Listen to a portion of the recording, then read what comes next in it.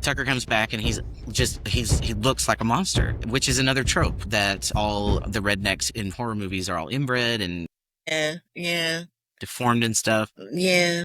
And he's just miserable. And he's so mad at Dale for not being out there to help. He's mad at Allison, even though he's glad that Dale's getting along with Allison. And then he says, "Your friend, he must be allergic to bees or something because he ran faster than me."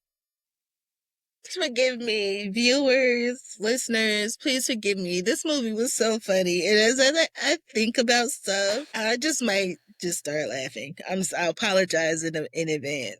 I cackle every time I watch it. I've seen it several times. I think in the scene before, we start to see some of Chad's bias. Mm. Like, and I think it gets to the point where we can start to see that this is going to be a problem. Yes. You know, like him with the axe and, you know, just some of the stuff that he says, I think seems problematic. Like, He's and I mean. think problematic because I see the big picture. You know, like, I see that this is a misunderstanding. Yeah. Right. And it's frustrating to see him loving that. Yes. He sees it as an opportunity. He sees it as an opportunity, which I am developmental researcher here. Nature versus nurture. A part of me doesn't want to be like, is that aggression that he got from his father? You know, because this idea of, you know, genes versus environment. But we also know, like, developmental researchers, we know that they go hand in hand. Because he wasn't only genetically getting this input, he was getting it verbally. He was getting it conditionally. His grandmother raised him on this story. He was socialized. It's both. He was socialized. Yeah, yeah. That's a good point. Yeah. And yes, he becomes very alarming. And his friends are also like, "Why did we come to the woods with you?" Another horror movie trope is that the black people die first. I know. Which didn't happen, but it didn't happen. In fact, I think they were next to last, but you know. Yeah. But also a very, very racist old horror movie trope is like black folks are terrified of ghosts, like unreasonably afraid of ghosts and convinced that everything is a ghost and stuff like that. And so these two being the voice of reason, being the ones that are like, "Why aren't we driving away right now?" Right. Being the ones that are like, wait, why are you so hype about this? Or why did you just throw the axe? You could hurt somebody. Do you find the distrust of the police interesting? I was very fascinated about, like, and I wonder, I would love to hear more about that from you too, because I know that from a redneck context, I feel like I could piece that together. Also, though, I mean, a part of that could be socioeconomic status, you know, like, so just also thinking about another part where we see that class piece. But I also think it was interesting that Chad is one of the people who was like, you know, not wanting to get to police. And, you know, it could be part of this. He sees this as an opportunity. Also, it could be like what he learned from his grandmother about, you know, I think what kind of help his mom received. Yeah, because it was the same sheriff. I think it could be that he didn't want the police there because he actually didn't think that they could or would help. But the way he said it was, "We don't need the police," which is I think that is kind of classed, right? Like out here where I live in Whitenessville, you don't see the police. These folks they don't worry about stuff like that. The places that are most heavily policed are the places of color, the places with less privilege.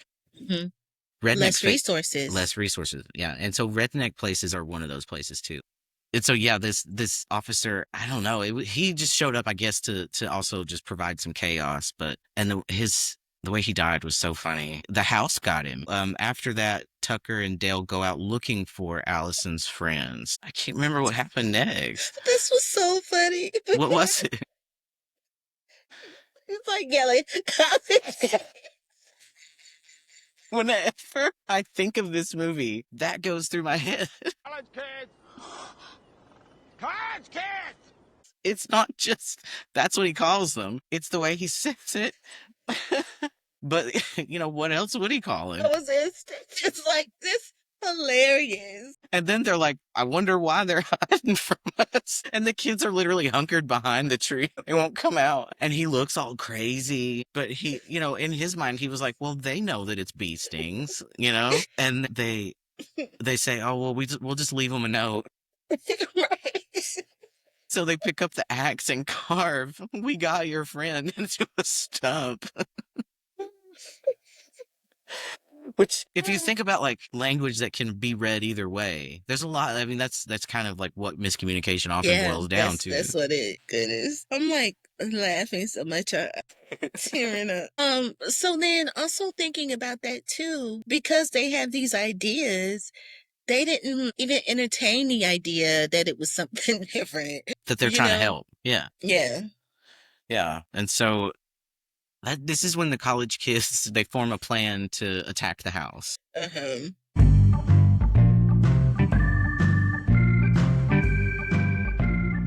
And so Tucker and Dale they go back and they start working in the yard, and Allison is helping Dale dig the latrine line, and we learned something about Allison, Yeah, yeah. which was cool. Which was cool. And I think that is the moment that I am endeared to her. Yeah, she jumps in, she grabs a mattock, which is a pretty difficult thing to wield, and just starts hacking away at this Yeah. soil. And Dale is even more attracted to her. Yeah, yeah. And she says something about her ethos growing up on a farm. What did she say? Help Help out or out get out. yeah, help out or get out. Yeah. And she was like, and so she says that that's how she has come to think about being a member of a family unit Mhm. is you help in some way, whatever way that is, or you're not a member anymore. Mhm. But this is when I first watched this movie, this is when I was just like, oh, we're really doing this because the college kids begin to encircle them. Yeah, one she's got a spear that he has sharpened and is running with it. For some reason, these college kids are also, because they're city kids, they're so clumsy. They can't function on uneven ground, and they think they're just gonna fashion and pick up weapons. That's also, it's not just Allie who like keeps falling, but it's like all All of of them, them. like getting around the woods is actually kind of hard. Like it's a skill set. Yeah. But Allie sees him coming, right? Mhm. And she tries to protect Dale. Does she touch him or she say something too? She's a Dale, look out, I think. He turns around and accidentally knocks her out again. And so she saw him attack though, which is good. Mhm. So like she's not gonna do like fully not believe him. Yeah. But Dale falls and the kid falls and skewers himself on this huge spear. This is a whole tree that he has sharpened on one end, and it fell into the pit. And there's a funny scene where they're like, "This monster's making Allie dig her own grave," because they saw. Right? Like perception. Mhm. How your thoughts, how this internal dialogue, It how couldn't things be. that we are told. It couldn't be that you just haven't bothered to go get her yet, and she's helping them because she's bored. Right, right. So yeah, this poor kid and poor Dale, To like have to witness it. because it's so like he falls right down on. But by far though, the I think high point, the funniest or most shocking death is the wood chipper. This is the boy. He's got a Swiss Army knife.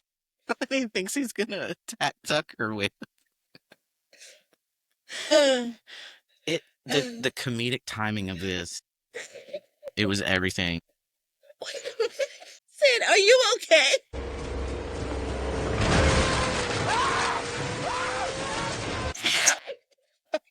He's not okay. You pretty much guaranteed. Like, and then it was so I was like, you see all this blood. Why are you still trying to point him out? And that happens a lot. I think he's just like he's a good person, and he's like I've got to help. But there's a choreography to this sequence that is just beautiful. Tucker is at this wood chipper, moving in and out like this, and he just happens to. And this child has leapt into the air, and Tucker just swoops right out, and he just straight down the maw of this machine. When we saw that, obviously we knew that somebody was going in it, but I never in a million years thought it would just be straight in. Right. And Like there was no sugar. No, there was no buildup. It was, Right. And you know what? I think it's really funny that you say that because, when we're talking about this movie, we're talking about perceptions. So when I saw the guy with the Swiss Army knife, I thought there was going to be a struggle. yeah, Like, that's what I was he was a big expecting. dude. Like, he was strong Right. It was no struggle. because he So took again, himself out. And yeah, like Tucker turning around and grabbing his feet. Are you okay? And everything Alan Tudyk says too in this is just funny he because is so he's got this chaw in his mouth all the time. So just like everything he says is perfect. Like, yeah, when they're inside, like he takes Allie back inside because yeah. she's injured again, and she wakes up and he's upset. This is a really sweet scene actually, because we had already learned that she wanted to be a psychologist, and he was so cute when he was asking. He was trying to be conversational. He's, what are you studying in school? Like his just, he's so adorable. Everything he said was Adorable. adorable. And you can also see his self-consciousness too. Yeah. Like he's interested, but then he doesn't want to come across as like uneducated or Yeah. whatever. Like he's Yeah. he's aware of how he's perceived. Oh yeah, absolutely. He's code switching because Mhm. he's attempting to switch into the language that she speaks. I'm trying to remember. Somebody says, I think it's Alan Tudyk. Are you getting some medication? Because they forgot to take Your friends which, take you know, medication. which, that could be he's so wrong on so many different levels. But just in terms of line delivery, Yeah. that was I pretty wasn't funny. expecting that to, No. and so often too, like him in particular, he'll say things that are like, I don't know how we got here, but I'm going to try to continue to solve this problem That's what it because is. He's trying to figure out why this is yeah, happening. because the next when he says it's a suicide pact or something, he goes, we got to hide all the sharp objects. It's like your friends just started killing themselves all over my property. And they're like traumatized, they're bewildered, they're sad, they want to stop more of them from dying. They also want to know what's going on. Dale's like, we ought to call the police, and Tucker's like, that's when he goes, hidey ho, officer. We have had a doozy of a day. One kid had already left. He took his, because it was his dad's Yeah. car. And so Yeah. he had found the police and came back with them. And so the kids, all of them except for Chad, go and meet the sheriff, and they're like, there's, crazy hillbillies, they're trying to kill us all. And so he puts them in their car and they go back to the cabin, and the sheriff gets out and tries to talk to Tucker and Dale, and they're dragging the legs. Yeah. There's another scene that's pretty funny because they have to dislodge these legs from the wood chipper, and there's a lot of physical comedy there. And then Tucker says he's so heavy for half a guy, but they each got an ankle and dragging this bloody stump of a torso, and the sheriff catches them in that moment. He tries to explain that an apparent suicide pact has appeared in his vacation home. I was not expecting this movie to be as funny as it was. It took me out every time I watch it, but especially the first time, because I was sitting there like, what in the hell is this? On one hand, you can't believe your luck that you found something like this, and on the other Yeah. hand, you're like, where's this going? Where is it going? Where is it going? Yeah, the sheriff is not able to solve the problems. No, he's not. He's not. What did you think of his death? The way he died? And at the moment it happens, I had no idea what to think about it. It didn't make any sense, or it didn't mean anything to me until we found out that he was the one that was there the first time. Mm-hmm. Mm-hmm. And so I was like, maybe this is some sort of full circle thing for him. Also, it's interesting to me that Chad says the house had to burn down. Yeah. It does make sense why the sheriff says to them when he stops them, there's nothing but pain and misery or something up there, Mm-hmm. because he knows what happened there, which that's another trope, right? The Harbinger of Doom. Yeah. If we want to do Cabin in the Woods, all this stuff is much more explicit. Like the Harbinger is named Harbinger in Cabin in the Woods. But yeah, the sheriff, he stumbles on the booby trapped beam, Mm-hmm. and that was gnarly. It was gnarly, yes. There's 9-inch nails coming through the sides of his face, Yeah. and he's still trying to do his job. Is he still moving? Was it Tucker who said Just asking the real question. Because he's trying to get on the that? radio and everything. And he just keels over.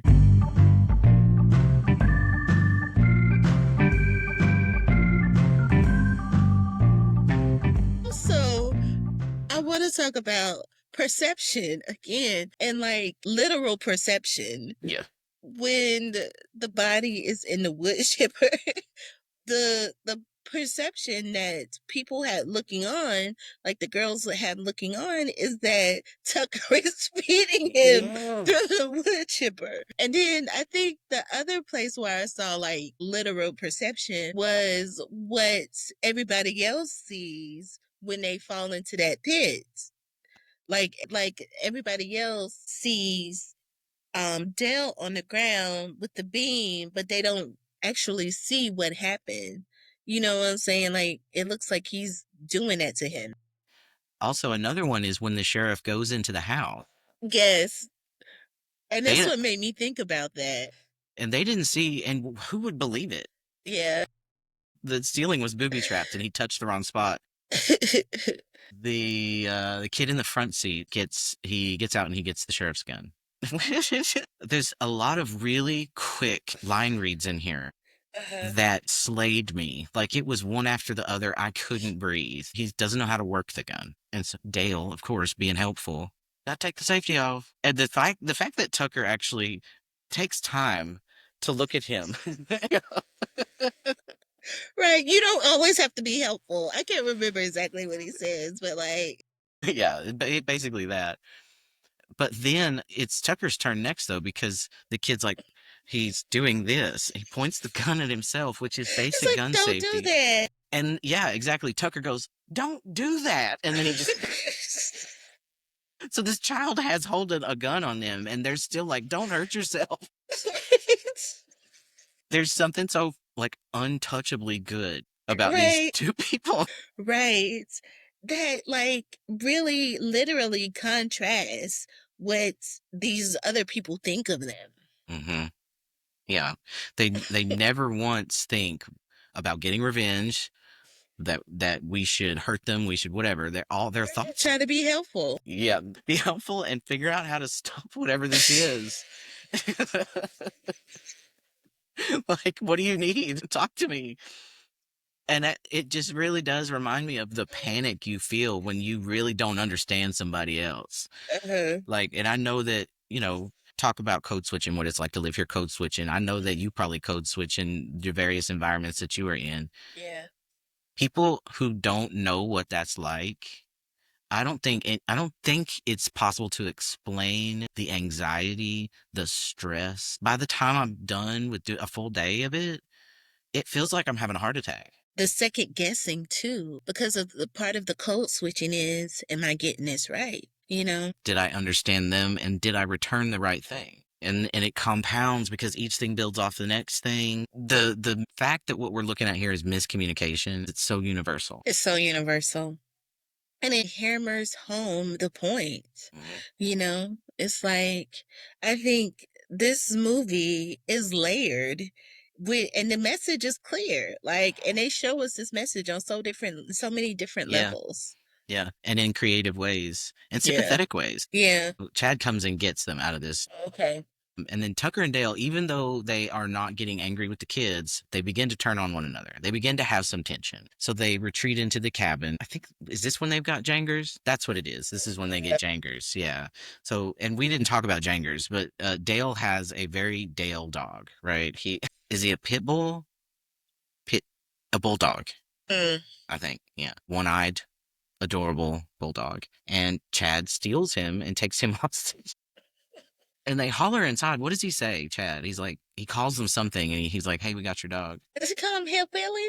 Probably. Tucker and Dale both realize, oh, shit. So they have just been fighting about, Tucker says, this is all your fault. Mm-hmm. Yeah. Yeah. But he's listing the ways that he's rationalizing why if Dale hadn't done this or this, then nothing bad would have happened, which isn't true. No, it's not true. Sometimes when you're in a situation that just won't let up, you Mm-hmm. look for somebody to blame. Yeah. There's a lot of physical comedy in this moment because they're also lying on the ground. Dale like rolls over him. The decision to have them roll everywhere instead of crawl. It's so specific. Well, it also goes back to that moment, like the same sex tension, because I think there's a moment where they're like face to face. I Yeah. mean, you know, Because he has to save him. He has to, yeah. He's like, you can get off of me now. And then that they realize that Chad has stolen Jangers, isn't holding him at gunpoint. I don't remember how they decide that it's Tucker that's got to go save Jangers. he just makes the decision. Like going back to that problem solving, I think he just makes the decision. Okay. Yeah. So yeah, Dale or Tucker goes. Um, there's a lot more physical comedy in this scene. Him sneaking through the woods. He grabs a bush and runs behind it. Tuck or Dale is firing a nail gun A nail gun. A nail gun. out the window, and he's really letting loose. Like this is the first time he's like hollering things at them, and he'll fire some, and they'll fire back. Yeah. But even when he's trying to be threatening, he can't come up with a threat. No, He he says, can't. "If you kill my dog, I'll be really, really mad." Which is true, I guess. But he says it more than once. He's like, "No, that's what I meant. I'm gonna hammer that home." But he, Right. And then it's like these kids, like, so deep in their understanding of what's happening, they Mhm. don't even get that. Like, if this man was violent, Yeah, he would have said something else instead of like, I'll be really, really bad. they're not even taking in information anymore. No, they're not. They're moving on autopilot. Yeah. But Dale or shoot, I keep getting mixed up. Tucker does free Jangers, who then accidentally causes a commotion, and Tucker is captured. And I think this is when Allison wakes up because he goes out. Oh no, she doesn't wake up. She wakes up after he comes back. Okay. After who comes No, back? no, no. She does. This is where she wakes up. Yeah, yeah. So Dale is sitting in the floor. This is when he's crying, Oh, yeah. Okay. Yeah. Yeah. and she still thinks like, oh, it's just a miscommunication. In a way, like I don't know, it is a miscommunication, but also like it's too late to fix it. Mhm. So her character has to learn something. But she thinks I'll just go talk to them, and she goes out on the front. And he says, "Don't go out there. You don't know what it's like out there." And she opens the Yeah. door. It's carnage, just body parts. All over. Like imagine. I mean, contrast this with the last time she looked outside. What happened while I was? She said, "How long was I out?" And she finds a package on the porch. Tucker's fingers. Yeah. Dale says that's Tucker's shirt. And, that's a trope too, like the body parts. There was a note too. What did the note say? Now we got your friend, which he probably didn't even understand. But also, where did they get paper? Maybe they brought their homework or something. Who knows? Yeah. I, how did, and so then Dale has to go, he tracks Tucker down and finds him hanging in a trap and triggers the trap. Yes, yes, yes, yes. Triggers a trap, gets him out, and I think Tucker says it's a trap. He says it's a trap, and Dale stops, and it just misses. It goes through his. Yes, and he was like, so glad he was a hug like a bear. Never It's thought I'd say hilarious. this, and it's like he moves on so quickly. Yeah. Like the fear is there because he thinks like, oh God, it's hit me, and then he realizes it's not, and so he's just over it. He's like, okay, Yeah. which is that's kind of redneck, like, oh, we survived, all right, keep going. On to the next thing. So then they go back to the cabin. While they're there, her friends are there trying to help her escape. They snuck in. Yeah. They're like crawling. And yeah. And this is where she starts to explain to them that it's all a misunderstanding. So here, at some point they come back, they start fighting, arguing between the two. Yeah, so she says like they saved me, it was all a misunderstanding or whatever, and then the friends won't believe her, and they say like, oh no, it's Stockholm syndrome, you're just falling in love with your captor. And That's what I wanted to say. yeah. Like, again, this is another place where I thought that she was going to be like, I see what's going on here. Yeah. Yeah. No, it's no, this other thing, which seemed more far fetched Yeah. than this being like a misunderstanding. Yeah. Like, Stockholm syndrome is so extreme. It takes so much time. it takes time. It takes time. And then we see Chad's aggression again. Yeah, he shows up and hears this about her falling in love with Dale. So I wonder, because remind me to come back to this. And I want to come back to this because the way he gets angry when he's like, do you love this guy? Like, you would love this guy over me, you know? So again, like looking at that aggression coming out. And where does it come from? Like, he feels entitled to her, but it's also a comparison between himself and Dale. It's a comparison, but also I wonder if they are getting at because like his violence is genetic. Yeah. I wonder. I don't know.